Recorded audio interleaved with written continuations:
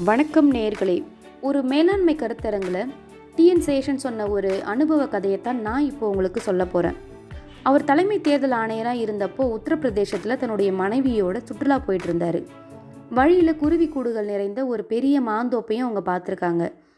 அந்த மாந்தோப்பை பார்த்ததுமே அந்த தோப்புக்குள்ளே போயிட்டு அவருடைய மனைவி கேட்டாங்க, இங்கே இருக்க கூடுகளில் ஏதாவது ஒரு 2 கூட்டை மட்டும் நம்ம வீட்டுக்கு எடுத்துகிட்டு போகலாமா அப்படின்னு சொல்லிட்டு கேட்டிருக்காங்க. அந்த நேரத்தில் வயலில் மாடு மேய்ச்சிட்டு இருந்த ஒரு சின்ன பையனை கூட வந்த பாதுகாவலர்கள் எல்லாமே போயிட்டு அழைச்சிட்டு வந்தாங்க. கூடுகளை எடுத்து தரியாப்பா, நான் உனக்கு 10 ரூபா கொடுக்குறேன் அப்படின்னு சேஷன் சொல்லியிருந்தார். அந்த பையன் அதை மறுத்துட்டான். உடனே சேஷன் என்ன சொல்லியிருக்காரு, இந்த வாய்ப்பை உனக்கு அதிகப்படுத்தி தர மாதிரி உனக்கு 50 ரூபாவாக கொடுக்குறேன், எப்படியாவது அந்த கூட்டை எடுத்து கொடுப்பான் அப்படின்னு கேட்டிருக்காரு.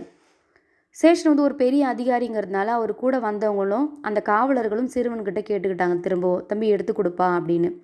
சிறுவன் சேஷனையும் அவருடைய மனைவியையும் பார்த்து, சாப்ஜி, நீங்கள் எவ்வளோ பணம் கொடுத்தாலும் நான் இந்த கூட்டை எடுத்து தர மாட்டேன், இந்த காரியத்தை செய்யவும் மாட்டேன்னாராம்.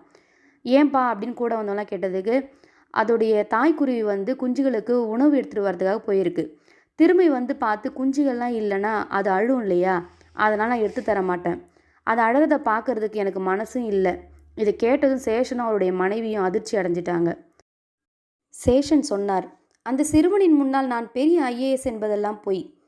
அவன் சொன்னதை கேட்டு என் மனம் உருகியது. கடுகு விதை போல் நான் அவனுக்கு முன்னால் இருக்கிறேன் என்றார்.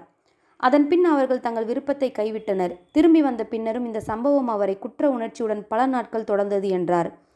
கல்வி நிலை அல்லது சமூக அந்தஸ்து ஒருபோதும் மனித குலத்தின் அளவிற்கான அளவுகோல் அல்ல. அறிவு என்பது இயற்கையை அறிவது. நிறைய தகவல்களை சேகரிப்பதன் மூலம் நாம் எதையும் அடைய முடியாது.